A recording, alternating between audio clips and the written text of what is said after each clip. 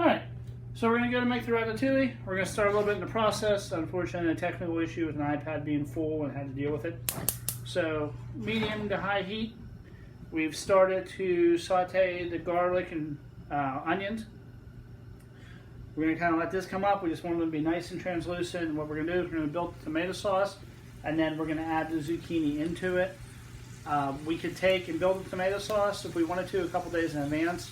Saute the zucchini and then drop the tomato sauce into it to finish. For this time, we're just going to put everything together. We're using a ground tomato, which is nice and fresh and doesn't have a whole lot of. I don't feel it needs a lot of cooking time. So once this is kind of there, we're going to add our tomatoes. And again, we don't want this to get any brownness on it. We want it to be nice and translucent. And we don't want to brown this at all. Just kind of mix everything through. We're going to go ahead and add our thyme. I'm just going to go with a heavy pinch. I'm going to use some dried thyme. Fortunately, this time of year, fresh thyme's not really that abundant. White wine, just to add a little bit of acidity and freshness. I'm going to go and season this. I like to season to start because I feel it helps draw the moisture and things out and helps the cooking process along. I just want to let that reduce by about maybe a quarter.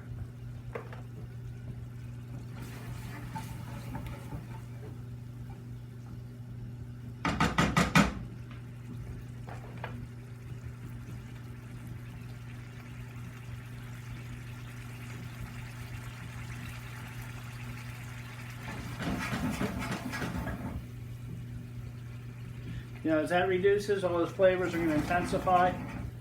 We want to make sure we're not getting any hot spots or burning, or there's no pieces of garlic like that guy sticking up the side. They're going to kind of give it that bitter taste. We want this to be nice and light and sweet.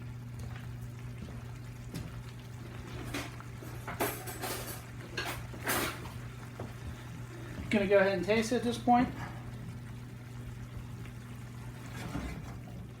Everything seems to be working together pretty well. Again, start adding my zucchini. And zucchini is one of those great vegetables because it has a fairly quick cook time. So it's not one of those things where it's like butternut squash or things that you need to cook for like, you know, a day ahead of time just to feel that you're caught up. So I'm going to get rid of that. I'm just going to let this start to cook down. This will take maybe 5 to 10 minutes. I'm going to go ahead and excuse me,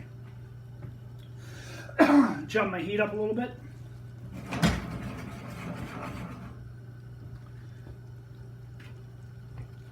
Just kind of keep it moving, keep it stirring.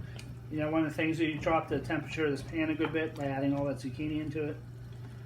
The one thing I would say about zucchini, if you do cut it the day ahead, don't pack it into a container. Not sure what zucchini is made of per se, but it does tend to stick back to itself, so you'll have some issues cooking it. Just gonna let that kind of go. Give it a couple flips, make sure our pan's nice and even. Let it continue to cook down.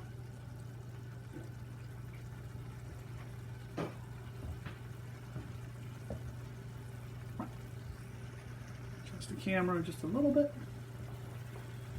Make sure it's still running.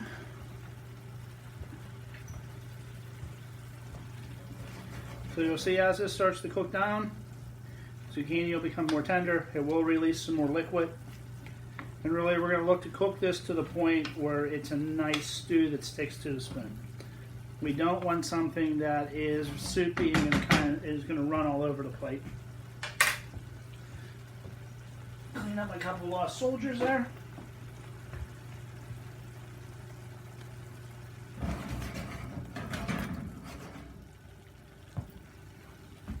And I'm just going to check for my seasoning. Am I done this again? This is still pretty raw.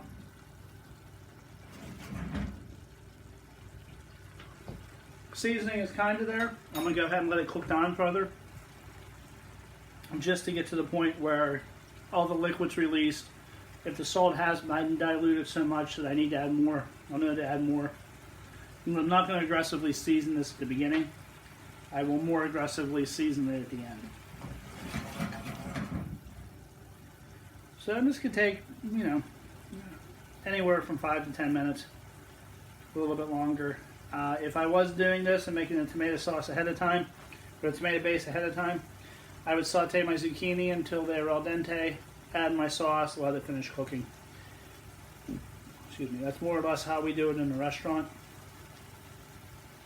You know, whenever you come in, we make the ratatouille, we saute the vegetables, the sauce is already made, we finish with the sauce, we let it cook and come together a little bit more, and then it goes out onto the plate.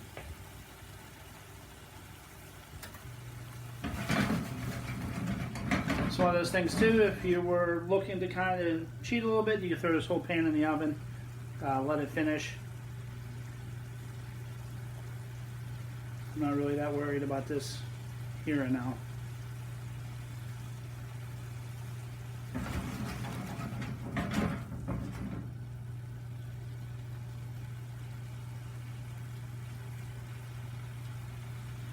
So as that cooks, again, make sure everything's even on the bottom of the pans, everything's cooking.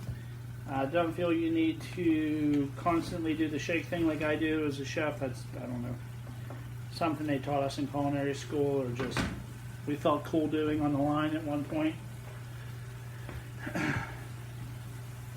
And it just doesn't go away.